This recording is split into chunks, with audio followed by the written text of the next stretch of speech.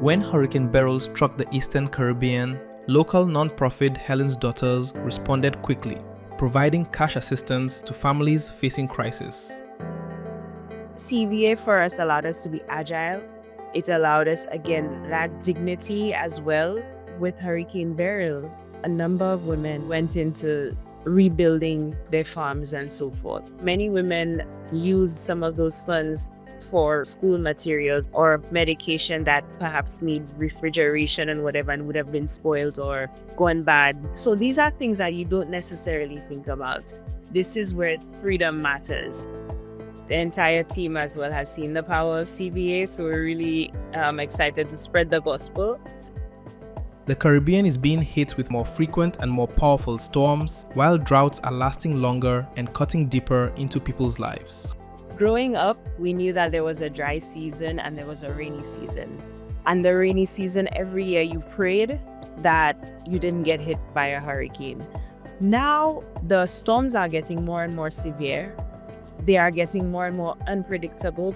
And also, the dry season is getting drier and drier. And for people that work with the elements, like farmers, it's getting harder and harder to produce food. Helen's Daughters supports women farmers across the Caribbean through training, market access, and health and wellness services. Using cash assistance is a more recent addition.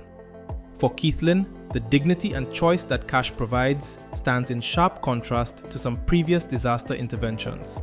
One of the biggest areas when it comes to responding to disasters is responding by giving hampers.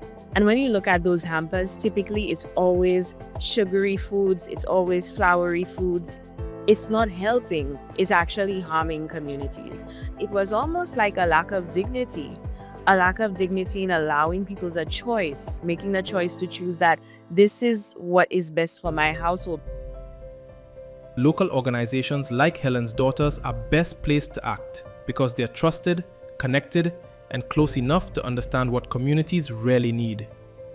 With organizations like Helen's Daughters, it's easier, we're more agile, and also we're more connected to our communities.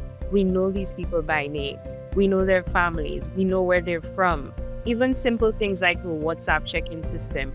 Did you have to evacuate? Are you okay? Are you safe?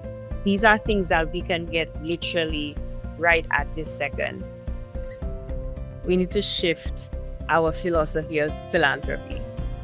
We still very much have an antiquated charity sort of model, and it's also very reactive, not very proactive. It's very project-based.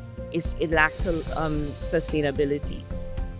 We need to look at stepping up and actually putting aside a disaster fund.